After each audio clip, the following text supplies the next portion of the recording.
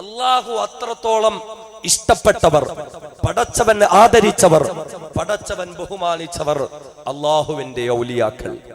അള്ളാഹുവിന്റെ ഔലിയാക്കൾ ദുനിയവിയായ ഉഖ്റവിയായ സകല അനുഗ്രഹങ്ങളും കൊടുത്ത അള്ളാഹു അനുഗ്രഹിക്കുന്നവർ.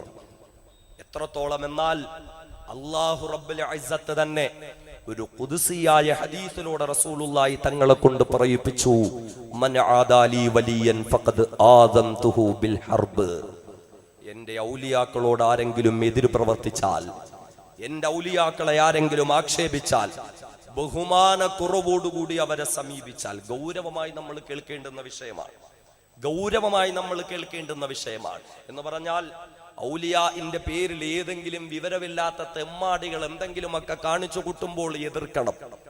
അവിടെ ദീനിന്റെ യഥാർത്ഥ വശങ്ങൾ നമ്മൾ പറഞ്ഞു കൊടുക്കണം. പക്ഷേ അതിന്റെ പേരിൽ ഔലിയാക്കളെ ബഹുമാനം കുറച്ച് കാണാൻ പാടില്ല, അവരെ പറ്റി മോശമായിട്ട് പറയാൻ പാടില്ല, അവരെ പറ്റിയിട്ട് മോശമായ അഭിസംബോധന പോലും നമ്മൾ ചെയ്യാൻ പാടില്ല.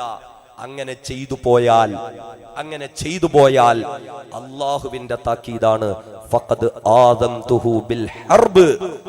ഞാൻ അവനോട് യുദ്ധപ്രഖ്യാപനം നടത്തിയിരിക്കുക എന്ന് പറഞ്ഞാൽ ഔലിയാക്കളെ എതിർക്കുന്നവൻ അള്ളാഹുവിന്റെ ശത്രുവാണത്രേ. പടച്ചവൻ കാത്തിരക്ഷിക്കട്ടെ, പടച്ചവൻ കാത്തിരക്ഷിക്കട്ടെ. അള്ളാഹുവിന്റെ ശത്രുത പിടിച്ചു വാങ്ങും. എത്രയോ സംഭവങ്ങളാണ് ഔലിയാക്കളോട് ആദരവ് കേട് കാണിച്ചവരുടെ ജീവിതം എത്രയോ മോശമായി പര്യവസാനിച്ചിരിക്കുന്നു. എന്ന് പറഞ്ഞാൽ വളരെ നിന്ദ്യമായ, വളരെ മോശമായ മരണമാണ് അവർക്ക് സംഭവിച്ചത്. ചരിത്രങ്ങളിൽ നമുക്ക് കാണാം. ഒരുപാട് വിശദീകരണങ്ങളിലേക്ക് പോകുന്നില്ല. ബഹുമാനനായ സുൽത്താനുൽ ഔലിയ ശൈഖ് അബ്ദുൽ ഖാദിറുൽ ജീലാനി ഖദ്ദസല്ലാഹു സിർറഹുൽ അസീസ് മഹാനുഭാവന്റെ പഠനകാലത്തെ ഒരു സംഭവം കിതാബുകളിൽ സ്വഹീഹായ റിവായത്തോടുകൂടി നമുക്ക് കാണാൻ കഴിയും. എന്ന് പറഞ്ഞാൽ ശൈഖ് ജീലാനി തങ്ങളും അദ്ദേഹത്തിന്റെ കൂട്ടുകാരൻ അബ്ദുല്ലാ റളിയല്ലാഹു അൻഹുവും അവരോടൊപ്പം ഉണ്ടായിരുന്ന ഇബ്നു സക്കാ എന്ന മനുഷ്യനും, ഇവര് മൂന്നുപേരും പഠിച്ചുകൊണ്ടിരിക്കുന്ന ഒരു കാലഘട്ടം, പഠന കാലഘട്ടം, ദറസിൽ പഠിക്കുക മൂന്നുപേരും.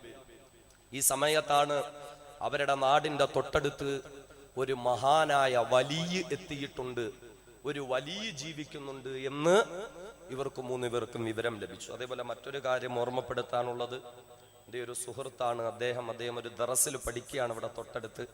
അപ്പോ അവരുടെ ഉസ്താദ് സ്വന്തം കൈപ്പടയിൽ എഴുതി അസ്മാഉൽ ഹുസ്നയാണ്, വേറൊന്നുമില്ല. അസ്മാഉൽ ഹുസ്ന സ്വന്തം കൈപ്പടയിൽ എഴുതിയത് അദ്ദേഹത്തിന്റെ ഒരു ജീവിതത്തിന്റെ ഒരു ഭാഗമായി തന്നെ നമ്മൾ കരുതുക. അത് ഇൻഷാ അല്ലാഹ് നിങ്ങളുടെ കയ്യിലേക്ക് കൊണ്ടുവരും. അതിനങ്ങനൊരു വിലയൊന്നുമില്ലല്ലോ, അങ്ങനൊരു വിലയൊന്നും ഇട്ടിട്ടില്ല.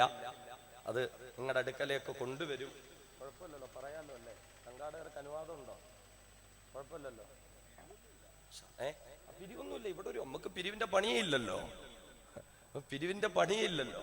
ഇത് പിന്നെ അദ്ദേഹം നമ്മുടെ അടുത്ത ആളാണ്, അതുകൊണ്ടാണ്. ഇൻഷാ അല്ലാഹ് നിങ്ങൾ അടുക്കലേക്ക് കൊണ്ടുവരും. നിങ്ങളത് വാങ്ങി ഒരു നല്ല വില, ഒരു 50 രൂപയിൽ കുറയാത്ത എന്തെങ്കിലും കൊടുത്തേക്ക്. ദീനിന് വേണ്ടി, ഇൽമിന് വേണ്ടി ജീവിതം മാറ്റിവെച്ച ഒരു മഹാനായ ഉസ്താദാണ്. എനിക്ക് അദ്ദേഹത്തിന്റെ പേരും അറിയില്ല, ഇത് പള്ളിയാന്ന് പോലും ഓർമ്മയില്ല. പിന്നെ ഇദ്ദേഹം പലപ്പോഴും ഞങ്ങൾ ഒന്നിച്ച് കണ്ടിട്ടുണ്ട്, യാത്രയൊക്കെ ചെയ്തിട്ടുണ്ട്. അപ്പോൾ ഉസ്താദിന്റെ കാര്യമൊക്കെ ചോദിച്ചറിഞ്ഞിട്ടുണ്ട്. അതിന്റെ പേരിൽ ഇനി അറിയാമെങ്കിൽ തന്നെ ആ ഉസ്താദിന്റെ പേരോ ദറസിന്റെ പേരോ ഞാൻ അവിടെ പറയാനും ആഗ്രഹിക്കുന്നില്ല. അതുകൊണ്ട് ഇൻഷാ അല്ലാഹ് കൊണ്ടുവരും. ആവശ്യമുള്ളവർ വാങ്ങുക. അസ്മാഉൽ ഹുസ്നയാണ്, അൽഹംദുലില്ലാഹ്, അത് ബറക്കത്താണ്. നമ്മളത് നോക്കി പഠിക്കുവിൻ, നമ്മൾ മനപ്പാഠം ചെയ്യുവിൻ. വലില്ലാഹിൽ അസ്മാഉൽ ഹുസ്ന ഫദ്ഉഹു ബിഹാ. ഖുർആൻ തന്നെ പറഞ്ഞത് അള്ളാഹുവിന് നല്ല ചില നാമങ്ങളുണ്ട്, ആ നാമങ്ങൾ പറഞ്ഞ് നിങ്ങൾ ദുആ ചെയ്യാനാ പറഞ്ഞത്. അപ്പൊ നമ്മളെ വീട്ടിൽ പ്രത്യേകിച്ച് പെണ്ണുങ്ങളൊക്കെ നിസ്കരിക്കുന്ന മുറിയിൽ അതിങ്ങനെ ചുവരിൽ ഒട്ടിച്ചു വെച്ചാൽ ഓരോ നിസ്കാരം കഴിയുമ്പോൾ അതൊക്കെ ഒന്ന് വായിക്കട്ടെ, പഠിക്കട്ടെ, എന്നിട്ട് ദുആ ചെയ്യട്ടെ. അതിൽ വലിയ ബറക്കത്തുണ്ടാവും. ഇൻഷാ അല്ലാഹ് കയ്യിലുള്ളത് കൊണ്ടുവരും. ആവശ്യമുള്ളത് നിങ്ങൾ എല്ലാവരുടെ അടുക്കലേക്ക് വരും. ബഹളമൊന്നും ഉണ്ടാക്കാതെ, പ്രസംഗത്തിൽ നിന്ന് ശ്രദ്ധ തെറ്റി പോകരുത്. അത് വാങ്ങി ഒരു 50 രൂപയിൽ കുറയാത്തത്, എത്രയും 100, 500, 1000 എന്ത് വേണേലും ആയിക്കട്ടെ. കമ്മീഷൻ കച്ചവടമൊന്നും അല്ല ഇത്. അപ്പൊ അതുകൊണ്ട് നിങ്ങളെ കൊണ്ട് കഴിയുന്നത് കൊടുത്ത് സഹായിക്കുക, സഹകരിക്കുക. പടച്ചതമ്പുരാൻ കബൂലാക്കുമാറാകട്ടെ, വിജയിപ്പിക്കുമാറാകട്ടെ. അപ്പൊ നാം പറഞ്ഞു വന്നത്, ഈ 3 പേരുടെയും കാലഘട്ടം ഒരു മഹാനായ വലിയ ഇവരുടെ തൊട്ടടുത്ത നാട്ടിലെത്തിയിട്ടുണ്ട് എന്നറിഞ്ഞു. അപ്പൊ ഇവർ 3 പേരും തീരുമാനിച്ചു, എങ്കിൽ പോയി ആ മഹാനായ വലിയനെ ഒന്ന് കാണാം, ഇദ്ദേഹത്തെ കണ്ടിട്ട് വരാം. ഈ കൂട്ടത്തിൽ, ഇവരുടെ 3 പേരുടെ കൂട്ടത്തിൽ ഒരാളായിരുന്നു ഇബ്നു സക്ക എന്ന മനുഷ്യൻ. ഇബ്നു സക്ക ആരാ? ഗൗരവമായി നമ്മൾ കേൾക്കണം. ഷെയ്ഖ് ജീലാനി തങ്ങളുടെ ക്ലാസ്മേറ്റ് ആണ് ഇബ്നു സക്ക. നിസാര ആളല്ല. ജീലാനി തങ്ങളോടൊപ്പം ഇൽമു പഠിച്ച ആളാണ് ഇബ്നു സക്ക. അപ്പൊ ആ വലിയനെ കാണാൻ പോകാൻ നേരം ഇബ്നു സക്ക പറഞ്ഞു, എനിക്ക് അയാളെ കണ്ടിട്ടൊരു ചോദ്യം ചോദിക്കാനുണ്ട്. അതിനയാൾ ഉത്തരം പറയുമോ എന്ന് നമുക്കൊന്ന് അറിയണമല്ലോ. അപ്പൊ നമുക്കറിയാം അത് വലിയാണോ അല്ലയോ. ഒരു ടെസ്റ്റിങ്ങാ. ചില ചെറുപ്പക്കാരൊക്കെ ഉണ്ടാവും, ഉസ്താദിന്റെ ഫോൺ നമ്പർ ഒന്ന് കിട്ടുമോ? ചിലപ്പോ ഈ ചോദിക്കുന്നതന്നെ ഇയാള് നമ്പർ തരുമോ, വലിയ ജാടക്കാരനാണെന്ന് അറിയാനായിരിക്കും ഈ ചോദിക്കുന്നതന്നെ, അല്ല ആവശ്യമൊന്നും ഉണ്ടാവൂല. ചിലപ്പോ ഇങ്ങനെ വിളിക്കും, ഉസ്താദെ ഒരു സംശയമുണ്ട്. ചിലപ്പോ ഉസ്താദന്മാരെ ഒന്ന് കുഴപ്പിക്കുക, ഒന്ന് വട്ടം, അങ്ങനെയും ചില ടീമുകളൊക്കെ ഉണ്ടല്ലോ. അപ്പൊ അങ്ങനെ ഒരു താല്പര്യത്തിലാണ് ഇബ്നു സക്ക പോകുന്നത്. അയാളോട് എനിക്കൊരു ചോദ്യം ചോദിക്കണം, അതിന് മറുപടി പറയുമെന്നൊന്ന് അറിയണമല്ലോ. ഒരു കുഴപ്പിക്കുന്ന ചോദ്യമായിട്ടാ പോകുന്നത് ഇബ്നു സക്ക. മഹാനായ അബ്ദുള്ള റളിയല്ലാഹു അൻഹു പറഞ്ഞു, എനിക്കൊരു ചോദ്യം ചോദിക്കാനുണ്ട്. അത് കുഴപ്പിക്കാനും കളിയാക്കാനും ഒന്നുമല്ല, അതെന്റെ ഒരുപാട് നാളത്തെ സംശയമാണ്. അതിന് ഇൻഷാ അല്ലാഹ് അദ്ദേഹത്തിൽ നിന്നും ഒരു മറുപടി കിട്ടും എന്നെനിക്ക് പ്രതീക്ഷയുണ്ട്. മൂന്നാമത് മഹാനായ ഷെയ്ഖ് ജീലാനി തങ്ങൾ പറഞ്ഞു, എനിക്കൊരു സംശയവും ചോദിക്കാനില്ല, എനിക്ക് അദ്ദേഹത്തോടൊന്നും പറയാനില്ല, ഒന്ന് മുസാഫഹ ചെയ്യണം, ബറക്കത്തിന് വേണ്ടി എനിക്ക് വേണ്ടി ഒന്ന് ദുആ ചെയ്യിപ്പിക്കണം. എനിക്കിതേ ആഗ്രഹമുള്ളൂ, എനിക്കിതേ താല്പര്യമുള്ളൂ. അങ്ങനെ മൂന്ന് കൂട്ടുകാരും മഹാനായ വലിയനെ കാണാൻ പോവുകയാണ്. 3 പേരും അങ്ങനെ പല സമയം, ഒരുപാട് സമയം യാത്ര ചെയ്തുകൊണ്ട് മഹാനുഭാവന്റെ മുന്നിലേക്ക് എത്തുമ്പോൾ ആദ്യം തന്നെ ഇബ്നു സക്ക എന്ന ആ മഹാനായ വലിയനെ ചോദ്യം ചെയ്യാൻ വന്നവനുണ്ടല്ലോ, ഔലിയാക്കളെ ബഹുമാനിക്കാൻ അറിയാത്ത, സ്നേഹിക്കാൻ അറിയാത്ത ഇബ്നു സക്ക. ആ ഇബ്നു സക്കയെ കണ്ടതും ആ മഹാനായ വലിയ വിളിക്കുന്നു, ഇബ്നു സക്ക, അല്ലയോ എടാ ഇബ്നു സക്ക, നിന്റെ പേരെനിക്കറിയാം, നീ എന്തിനാ എന്റെ മുന്നിലേക്ക് വന്നതെന്ന് എനിക്കറിയാം. പടച്ച തമ്പുരാൻ എനിക്ക് അറിയിച്ചു തന്നിരിക്കുകയാണടാ. അല്ലാഹുവിന്റെ ഔലിയാക്കൾക്ക് പടച്ച തമ്പുരാൻ പ്രത്യേകമായ ഇൽഹാമുകളും അറിവുകളും കൊടുക്കുമല്ലോ.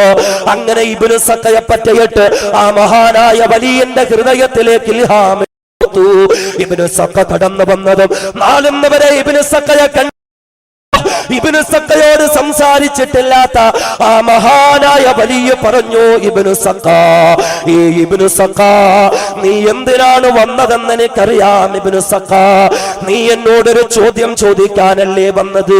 ആ ചോദ്യം ഈ ചോദ്യമല്ലേ ഇബ്നു സക്ക എന്ന് പറഞ്ഞുകൊണ്ട് ഏതു ചോദ്യമാണോ ഇബ്നു സക്ക തന്റെ മനസ്സിൽ വെച്ചുകൊണ്ട് വന്നത്, ആ ചോദ്യം പടച്ച തമ്പുരാൻ അറിയിച്ച കൊടുത്ത പ്രകാരം ആ മഹാനുഭാവൻ ഇബ്നു സക്കയോട് തിരിച്ചു പറയുകയാ, ഇബ്നു സക്ക, ഇതിന് ഉത്തരമില്ല എന്ന് നീ കരുതിയോ? ഇബ്നു സക്ക, അല്ലാഹു റബ്ബുൽ ഇസ്സത്ത് ഈ ചോദ്യത്തിന്റെ ഉത്തരവും എനിക്ക് പറഞ്ഞു തന്നു ഇബ്നു സക്ക എന്ന് പറഞ്ഞുകൊണ്ട് ഇബ്നു സക്കയുടെ ചോദ്യത്തിനും ഉത്തരവും ആ മഹാനുഭാവൻ ഇബ്നു സക്കയോട് പറഞ്ഞു കൊടുക്കുകയാ. എന്നിട്ട് പറഞ്ഞു, ഇബ്നു സക്ക, അല്ലാഹുവിന്റെ ഔലിയാക്കളെ ആദരിക്കാൻ അറിയാത്ത ഇബ്നു സക്ക, അവരോട് ബഹുമാനക്കുറവ് കാട്ടുന്ന ഇബ്നു സക്ക, അവരെ വളരെ മോശമായി കാണുന്ന ഇബ്നു സക്ക, ഇബ്നു സക്ക, ഒരു ദിവസം നിന്റെ ഈമാൻ നശിച്ചു പോകുന്നതാണ്. ഇബ്നു സക്ക, നിന്റെ അന്ത്യം വളരെ മോശമാകുന്നതാണ്. നിന്നിൽ നിന്ന് കുഫ്രിയത്തിന്റെ കരിഞ്ഞ മാറ്റം ഞാൻ അനുഭവിക്കുന്നു. ഇബ്നു സക്ക, കുഫ്രിയത്തിലേക്ക് പോയിട്ട് വളരെ മോശമായ അന്ത്യമാകും നിനക്കുണ്ടാകുന്നത്. ഇബ്നു സക്ക, ഔലിയാക്കളെ ആദരിക്കാത്ത ഇബ്നു സക്കയുടെ മുന്നിലേക്ക് ആ മഹാനായ വലിയ പറയുകയാ. രണ്ടാമത് അബ്ദുള്ള റളിയല്ലാഹു അൻഹുവിനെ നോക്കിയിട്ട് ആ മഹാനായ വലിയ പറഞ്ഞു, അബ്ദുള്ള, നീ വന്നത് എന്നോടൊരു ചോദ്യം ചോദിക്കാനല്ലേ? അത് ഇന്ന ചോദ്യമല്ലേ അബ്ദുള്ള? അതിന്റെ ഉത്തരവും ഇന്നതാണ് അബ്ദുള്ള. അദ്ദേഹത്തിന്റെ ചോദ്യവും ഉത്തരവും ആ മഹാനായ വലിയ പറഞ്ഞു കൊടുത്തു. മൂന്നാമത് ബഹുമാനനായ ഷെയ്ഖ് ജീലാനി തങ്ങളിലേക്ക് നോക്കി, എന്നിട്ട് വിളിച്ചു, അബ്ദുൽ ഖാദർ, നീ വന്നതെന്നെ ബഹുമാനിക്കാനെന്ന് എനിക്കറിയാം, എന്നെ കൊണ്ട് ദുആ ചെയ്യിക്കാനെന്ന് എനിക്കറിയാം. നിന്നിൽ നിന്ന് ഈമാന്റെ പരിമളം ഞാൻ ആസ്വദിക്കുന്നു. അബ്ദുൽ ഖാദർ, ഒരു കാലത്ത് നീ ബാഗ്ദാദിലെ വലിയ വലിയ ഔലിയാക്കൾ ഔലിയാക്കളുടെ ശൈഖാകും അബ്ദുൽ ഖാദർ, നിന്റെ കാൽ കീഴിലേക്ക് വലിയ വലിയ ശൈഖന്മാര് വന്നിരുന്ന് ദീനിന്റെ മഅരിഫത്തുകളെ കരസ്ഥമാക്കുന്ന ഒരവസ്ഥ നിന്നിലുണ്ടാകുമെന്ന് പടച്ച തമ്പുരാൻ എനിക്ക് അറിയിച്ചു തരുന്നു അബ്ദുൽ ഖാദർ. അങ്ങനെ 3 പേരെ പറ്റിയും അഭിപ്രായം പറഞ്ഞു 3 പേരും പിരിഞ്ഞുപോയി. നമുക്കറിയാം ശൈഖ് ജീലാനി തങ്ങൾ വലിയ മഹാനായി സുൽത്താനുൽ ഔലിയ എന്ന പദവിയിലേക്ക് ഉയർന്നു. അബ്ദുല്ലാ റളിയല്ലാഹു അൻഹു ദറസിന്റെ മാർഗമായി ജീവിക്കുകയാ. എന്നാലോ ഔലിയാക്കളെ അധിക്ഷേപിക്കുന്ന അനാദരവ് കാണിച്ചിരുന്ന ഇബ്നു സഖാ, ആ ഇബ്നു സഖയിൽ നിന്ന് കുഫ്രിയത്ത് മാറുന്നു എന്നാണ് മഹാനായ വലിയ പറഞ്ഞെങ്കിൽ നാളെ പലത് കഴിഞ്ഞിട്ടും ഇബ്നു സഖയ്ക്ക് ഒരു കുഴപ്പവും ഉണ്ടായില്ല. ഇബ്നു സഖ നാടറിയുന്ന പണ്ഡിതനായിരിക്കുകയാണ്, നാടറിയുന്ന പ്രഭാഷകനായിരിക്കുകയാണ്, വലിയ വലിയ സംവാദം നടത്തുന്ന ആളായി മാറുന്നു ഇബ്നു സഖ. മുസ്ലിമുകളുമായിട്ടൊക്കെ ഇബ്നു സഖ വലിയ വലിയ സംവാദങ്ങൾ നടത്തുകയാ. ഇബ്നു സഖയുടെ ഉലൂമാത്തുകളുടെ മുന്നിൽ ഒരാൾക്കും പിടിച്ചു നിൽക്കാൻ കഴിയുന്നില്ല. തോൽവി സമ്മതിച്ചുകൊണ്ട് അവരൊക്കെ ഇസ്ലാമിലേക്ക് കടന്നവരെന്ന അവസ്ഥയാ വന്നതെങ്കിൽ അങ്ങനെ ഇബ്നു സഖയുടെ പേരും പ്രശസ്തിയും നാൾക്ക് നാൾ വർദ്ധിച്ചു കൊണ്ടുവരികയാ. ഇബ്നു സഖയെ പറ്റി ലോകത്തിന്റെ പല ഭാഗങ്ങളിലും ചർച്ച വരികയാ. ഒരു ദിവസം ഒരു ക്രൈസ്തവരായിരുന്ന രാജാവിന്റെ കൊട്ടാരത്തിൽ നിന്ന് ഇബ്നു സഖയുടെ മുന്നിലേക്ക് വരുന്നു. ഇബ്നു സഖ, ഞങ്ങളുടെ രാജാവ് നിന്നെ കൊട്ടാരത്തിലേക്ക് ക്ഷണിക്കുകയാ. ഞങ്ങളുടെ രാജ്യത്തേക്ക് വന്ന രാജകൊട്ടാരത്തിൽ പണ്ഡിതന്മാരുമായി നിങ്ങൾക്ക് ഒരു സംവാദം നടത്താൻ അതിനുള്ള താല്പര്യവും തന്റെ ഇടവും ഉണ്ടോ ഇബ്നു സഖ? അതേ, ഇബ്നു സഖ സമ്മതിക്കുകയാണ്. അങ്ങനെ ഇബ്നു സഖ രാജാവിന്റെ ക്ഷണം സ്വീകരിച്ചു പോവുകയാ. കൊട്ടാരത്തിൽ ചെന്ന് താമസിക്കുകയാ. അവിടുത്തെ പണ്ഡിതന്മാരുമായി സംവാദം നടത്തുകയാ. ഒരുപാട് വിശദീകരിക്കാൻ നമുക്ക് സമയമില്ല. ഇബ്നു സഖയുടെ അറിവിന്റെ മുന്നിൽ അവരൊക്കെ പരാജയപ്പെടുകയാ. ഇബ്നു സഖയുടെ ചോദ്യത്തിന്റെ മുന്നിൽ അവരൊക്കെ അമ്പരന്ന് പോവുകയാ. കൊട്ടാരത്തിലെ മുഴുവൻ പണ്ഡിതന്മാരെയും അതേ തോൽവിയുടെ കയ്പ് നീറ് കൊടുപ്പിക്കുന്നു ഇബ്നു സഖ. അങ്ങനെ ഇബ്നു സഖ വീണ്ടും തന്റെ അപരാജിതമായ ജൈത്രയാത്ര തുടരുമ്പോൾ അവസാനം രാജാവിന്റെ ഭാഗത്ത് നിന്ന് അറിയിക്കുന്നു ഇബ്നു സഖ, ഇബ്നു സഖ, എങ്കിലും നിനക്കെന്റെ മകളുമായിട്ടൊരു സംവാദം നടത്താമോ? രാജകുമാരിയുമായിട്ടൊരു സംവാദം നടത്താമോ? ഇബ്നു സഖ അതിനും സമ്മതം മൂളുകയാണ്. ഒരു പീറ പെണ്ണിനോട് സംവാദം നടത്താൻ ഇബ്നു സഖയ്ക്ക് എന്ത് വിഷമമാ?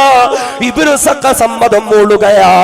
അങ്ങനെ രാജകുമാരിയും ഇബ്നു സഖയും തമ്മിലുള്ള അഭിമുഖ സംവാദത്തിന്റെ സമയം വരുന്നു. രാജകുമാരി അതാ അണിഞ്ഞൊരുങ്ങി ആഭരണങ്ങൾ ആഡംബര അലങ്കാരങ്ങളോടുകൂടി ഇബ്നു സഖ എന്ന മനുഷ്യന്റെ മുന്നിലേക്ക്, പണ്ഡിതന്റെ മുന്നിലേക്ക്, പ്രഭാഷകന്റെ മുന്നിലേക്ക് രാജകുമാരി അണിഞ്ഞൊരുങ്ങി കടന്നു വന്നപ്പോൾ അവളുടെ ശരീരം കണ്ടുകൊണ്ട്, സൗന്ദര്യം കണ്ടുകൊണ്ട് ഇബ്നു സഖ മയങ്ങി പോവുകയാ. ഇബ്നു സഖ മതിമറന്നു പോവുകയാ. ഇബ്നു സഖ രാജാവിനോട് ആവശ്യം പറയുന്നു, നിങ്ങളുടെ സുന്ദരിയായ മകളെ എനിക്ക് വിവാഹം കഴിച്ചു തരുവോ? അവളെ എന്റെ ജീവിതത്തിലെ പ്രാണസഖിയായി മാറ്റുവോ? അവളോട് എനിക്ക് വല്ലാത്ത ഇഷ്ടമുണ്ട്, അവളോട് എനിക്ക് വല്ലാത്ത സ്നേഹമുണ്ട്. ഈ സമയത്ത് രാജാവ് ഒരു ഓഫർ വെക്കുകയാണ് ഇബ്നു സഖ. ഒരു പണ്ഡിതനായ, ഒരു വലിയ വിജ്ഞാനിയായ, ഒരു വലിയ പ്രഭാഷകനായ നിങ്ങൾക്ക് തരാൻ എനിക്ക് യാതൊരുവിധ മടിയുമില്ല ഇബ്നു സഖ. പക്ഷേ ഒരു കണ്ടീഷൻ മാത്രമാണുള്ളത്. എന്റെ മകളെ വിവാഹം കഴിക്കണോ? നിങ്ങൾ ഇസ്ലാമിനെ ഉപേക്ഷിച്ചുകൊണ്ട് ഞങ്ങളുടെ മതത്തിലേക്ക് കടന്നു വരിക. മകളെ കെട്ടിച്ചു തരാം, ഒരേ ഒരു കണ്ടീഷനാണ്, ഇസ്ലാമിനെ ഉപേക്ഷിച്ചുകൊണ്ട് ഞങ്ങളുടെ മതത്തിലേക്ക് കടന്നു വരിക. ഇബ്നു സഖ ചിന്തിച്ച കുഴപ്പമില്ല, കുറച്ചു നേരത്തേക്കുള്ള ഒരു അഡ്ജസ്റ്റ്മെന്റ് മാത്രമാണ്. വിവാഹം കഴിഞ്ഞ് തന്റെ ഭാര്യയ്ക്ക് കാര്യങ്ങളൊക്കെ ബോധ്യപ്പെടുത്തി കൊടുത്ത് അവളെയും കൂടി ഇസ്ലാമിലേക്ക് കൊണ്ടുവരാം. കൊട്ടാരത്തിലുള്ള മുഴുവൻ ആളെയും അതുവഴി എനിക്ക് ഇസ്ലാമിലേക്ക് കൊണ്ടുവരാം, അതുകൊണ്ട് കുഴപ്പമില്ല. ഒരു അഡ്ജസ്റ്റ്മെന്റ് ആണെന്ന് കരുതി ഇബ്നു സഖ സമ്മതിക്കുകയാണ്. ആചാരപ്രകാരം ഇസ്ലാമിനെ ഉപേക്ഷിച്ചവരുടെ മതത്തിലേക്ക് കടക്കുകയാണ്. ഇബ്നു സഖയുടെയും രാജകുമാരിയുടെയും കൊട്ടാരത്തിലെ വിവാഹം വിവാഹം നടക്കുകയാണ്. വിവാഹം കഴിഞ്ഞ് ദിവസങ്ങൾ കടന്നു, ആഴ്ചകൾ കടന്നു, മാസങ്ങൾ കടന്നു. പക്ഷെ ഇബ്നു സക്ക വിചാരിക്കുന്നത് പോലെ കാര്യങ്ങൾ നടക്കുന്നില്ല. ഇബ്നു സക്കയുടെ ഹൃദയങ്ങളിൽ നിന്ന് അറിവുകൾ നശിക്കുകയാണ്. ഇബ്നു സക്ക ഖുർആൻ മറക്കുകയാണ്. ഇബ്നു സക്ക ഹദീസുകൾ മറക്കുകയാണ്. ഇബ്നു സക്ക ഹിക്മത്തുകളും ഉലൂമാത്തുകളും മറന്നു പോവുകയാ. ഇബ്നു സക്ക എന്ന മനുഷ്യൻ കുഫ്രിയത്തിലേക്ക് പോവുകയാ.